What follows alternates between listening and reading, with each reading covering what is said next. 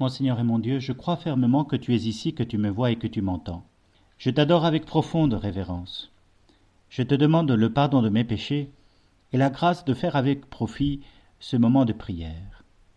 Ma Mère Immaculée, Saint Joseph, mon Père et Seigneur, mon ange gardien, veillez sur moi. La première fois qu'on la voit, on retient pour toujours. C'était, je me rappelle, dans un grenier d'église. Comme curé, c'est un des endroits où je vais pour voir le matériel dont nous disposons. Et j'avais vu cette croix magnifique, une croix du XVIIIe siècle, une croix de procession, une croix couverte, chose plus particulière, de miroirs. C'était une croix dorée avec plein de petits miroirs qui avaient été comme incrustés, sur lesquels on avait disposé ce corps du Christ. C'était une croix glorieuse, celle que nous fêtons aujourd'hui. Et elle avait cette particularité, au XVIIIe siècle, d'être une croix solennelle pour les jours de fête, des jours où effectivement on porte le Christ sur la croix, mais comme illuminé. Je suis et j'habite dans un pays de lumière, de soleil. Il ne pleut pas beaucoup chez moi, il y a beaucoup de ciel bleu et beaucoup de soleil, mais un soleil jaune et blanc, voyez-vous, cette lumière qui ne se teinte pas beaucoup le soir venu, qui reste orangée tout au plus, mais jamais rose ou rouge comme en certains endroits d'Italie ou ailleurs encore. Ici en Provence, la lumière tombe raide, jaune ou blanche, mais significativement, quand on promène cette croix glorieuse, alors les gens qui la contemplent reçoivent un rayon de lumière. Le miroir scintille. Même si c'est des petits morceaux de miroir, eh bien chacun d'entre nous, à son tour, parce que la croix est promenée, parce qu'elle avance, parce qu'elle bouge, portée par le servant d'autel, chacun d'entre nous reçoit un scintillement lumineux de la lumière. C'est comme ça que je vois la croix aujourd'hui. Elle que l'Église célèbre glorieusement. Il a fallu que je la contemple d'abord comme elle est, quand Jésus est sur la croix, douloureusement porté et souffrant des souffrances indicibles.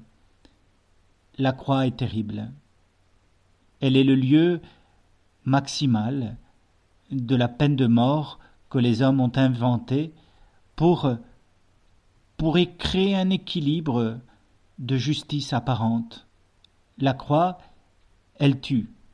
Jésus est mort sur la croix et toutes les souffrances de la terre semblent s'agglutiner sur cette croix parce que la souffrance de Jésus fut grande, c'est sûr, mais surtout parce que Jésus était Dieu et que, en Dieu, eh bien, tous les êtres humains, nous sommes compris. En Dieu, tous les êtres humains, nous sommes aimés. Et en Jésus-Christ, tous les êtres humains, nous créons une sorte de solidarité avec Dieu qui souffre dans la chair de son Fils. Et cela est terrible. Mais cela est salvifique. Parce que chacun d'entre nous, à un moment ou l'autre, nous portons des souffrances indicibles, que seul Dieu peut comprendre, que seul Dieu rejoint, parce que parfois on n'a même pas la force d'exprimer cette souffrance. Le souffle nous manque, la douleur est omniprésente, et même certains d'entre nous perdons l'usage de la voix, et tout ce qui traverse notre esprit alors peut trouver une résonance particulière dans le fait de savoir que Dieu a voulu que Jésus, son Fils, traverse et vive comme nous la souffrance. Mais voyez-vous, Jésus est ressuscité. La croix a duré 24 heures. La croix et la mort ont duré 48 heures. la vie éternelle, celle que le troisième jour inaugure, c'est l'éternité. Et c'est pour ça qu'avec la force de l'éternité, la croix prend des couleurs lumineuses, glorieuses. Le poids d'éternité est bien plus grand que les souffrances momentanées de notre vie sur terre. Et c'est pour ça que cette croix glorieuse, qui scintillait de mille feux, paraissait merveilleuse. Oh, bien évidemment, Jésus, nous le voyons, il est encore touché, couché sur la croix, il est encore meurtri par la souffrance. Mais le poids de gloire se laisse déjà deviner. Et les rayons du soleil font éclore dans ceux qui contemplent la croix lumineuse, la croix glorieuse, des rayons de félicité, des rayons de joie. Comme, et voilà, l'effet esthétique que cette croix couverte de miroirs, eh bien, semblait éveiller chez ceux qui la contemplaient. C'était vraiment un jour de fête. On regardait Jésus sur la croix et pourtant, une lumière demeurait dans notre âme.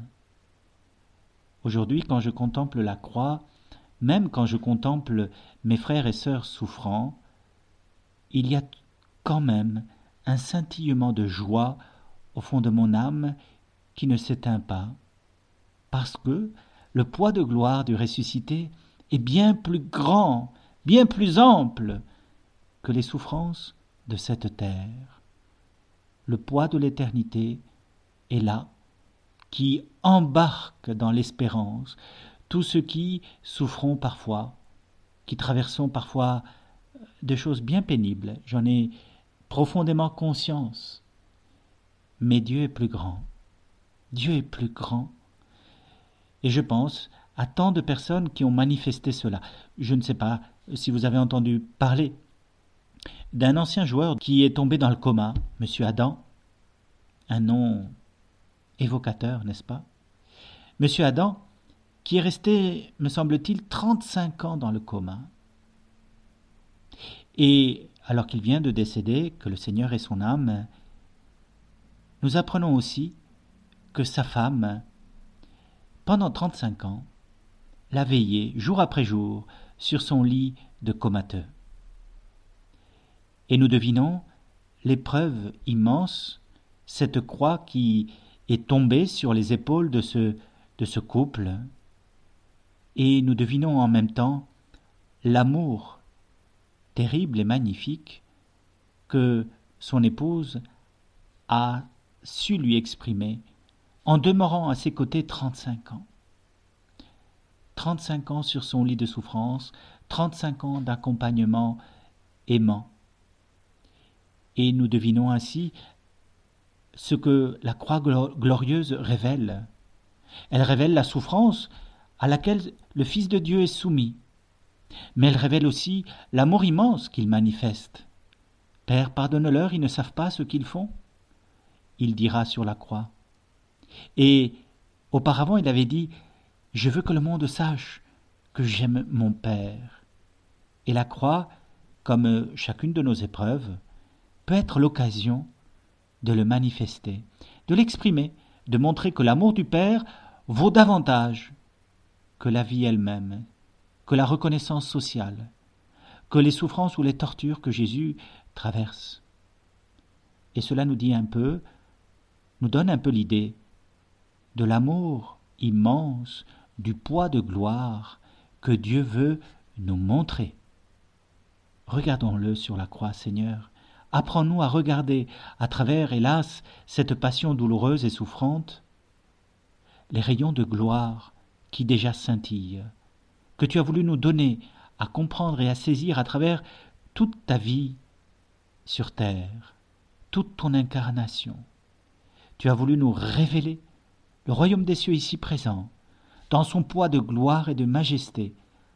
Hélas, nous devons traverser cette vallée de larmes, le péché, la souffrance et la mort, mais nous savons que tu nous accueilles dans la gloire ressuscitée et que tu nous permets de contempler toutes les réalités de cette terre avec déjà la lumière du Père dans nos yeux. Je te remercie pour toutes les résolutions, les actes d'amour et les inspirations que tu m'as communiquées en ce temps de prière.